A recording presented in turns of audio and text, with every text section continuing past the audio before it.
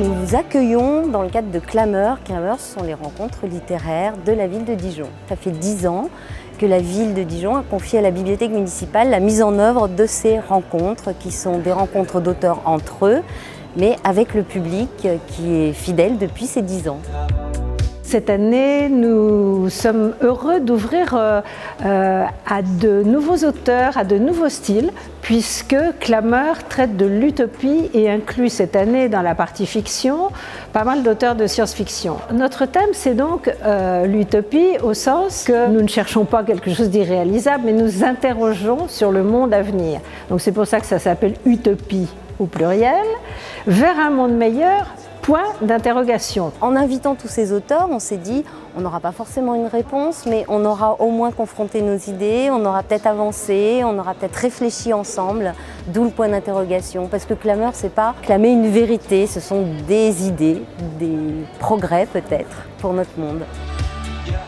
Alors notre grand invité Cyril Dion se situe dans ce cadre-là, c'est-à-dire que c'est un homme de proposition, c'est un lanceur d'alerte sur justement l'évolution de la planète, les abus en gros de l'humanité. Et également il a une petite part secrète de sa création qui est la poésie, vraiment la littérature, puisque c'est un homme de l'imaginaire. Il pense que ce qu'il faut changer pour améliorer le monde, et je pense qu'il a absolument raison, il faut changer nos imaginaires.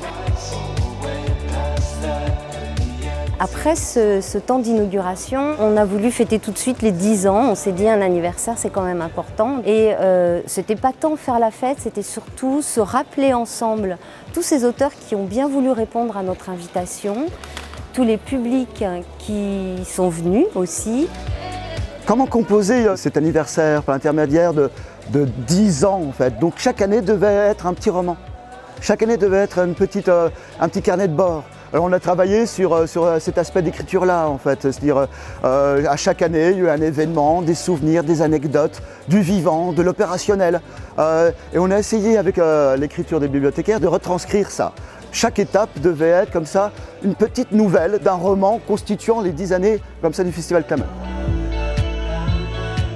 Alors, les rencontres d'auteurs sont généralement par deux, à part la rencontre inaugurale et les 2 rencontres jeunesse et BD. Et à l'issue de la rencontre, on propose aux gens de pouvoir acheter et se faire dédicacer l'ouvrage s'ils le souhaitent. Cette année, on lançait un nouveau concept, c'est-à-dire qu'il n'y avait donc que la librairie Gibert-Joseph qui était présente pour la librairie éphémère. On va essayer d'alterner une année Gibert-Joseph, l'autre année la librairie Grangier. Sur la rencontre BD, on est toujours en partenariat avec la librairie Momie BD. Et puis pour les rencontres jeunesse, on est en partenariat avec la librairie Autrement dit. Ça nous importe parce que ça montre en fait qu'à Dijon, on a la chance d'avoir plein de librairies, des librairies spécialisées, des librairies généralistes, et ça montre toute la vivacité de la chaîne du livre.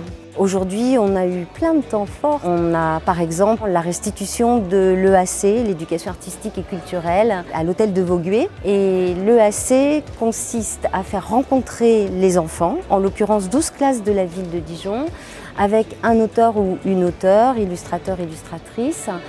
Cette année, dans le cadre de l'EAC, nous avons invité Emmanuel Houdard qui s'est approprié le thème de l'utopie et a travaillé dessus avec les élèves de 12 classes dijonnaises. L'idée est d'encourager les enfants pour qu'ils rencontrent des auteurs, qu'ils découvrent des livres.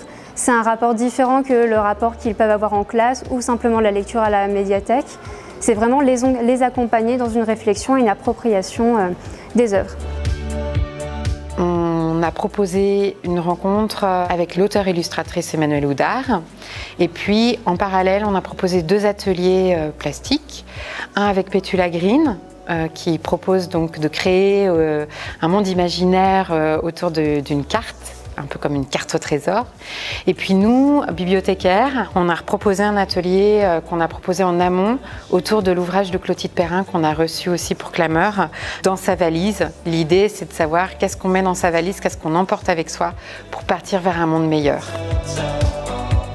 Alors en arrivant ici, j'ai découvert plein de petites valises partout, avec à l'intérieur voilà, des choses et d'autres. Donc ce sont des personnes ici qui ont fait des ateliers avec la bibliothèque de Dijon, avec plein de bibliothécaires.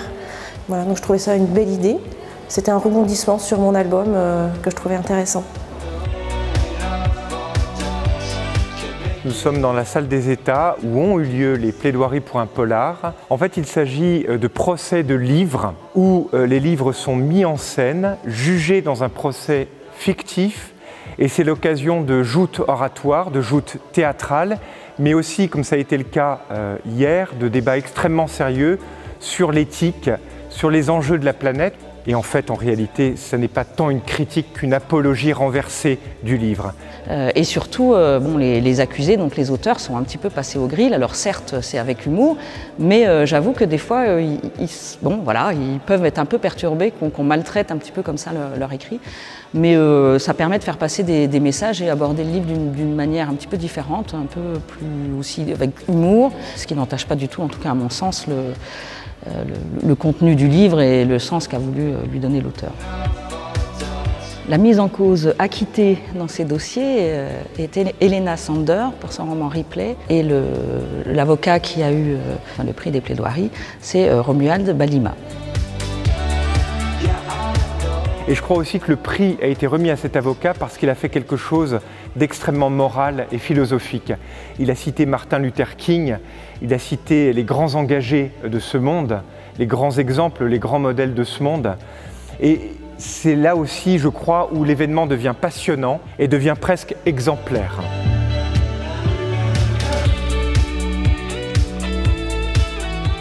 Alors moi, mon petit ressenti comme ça, parce que je ne connaissais pas Clameur avant, mais je trouve ça super sympa. Je trouve que c'est très agréable parce qu'on a vraiment le temps de rencontrer les gens. Ça, j'ai vraiment apprécié dans mes rencontres. On avait vraiment le temps de discuter calmement. C'était pas quelque chose de rapide, on pouvait aller en profondeur. Donc c'est ça que j'ai vraiment apprécié en fait. Ouais.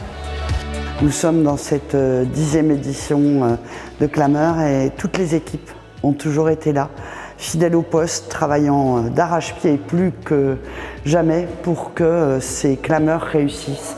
Et je dois dire que c'est un résultat absolument formidable.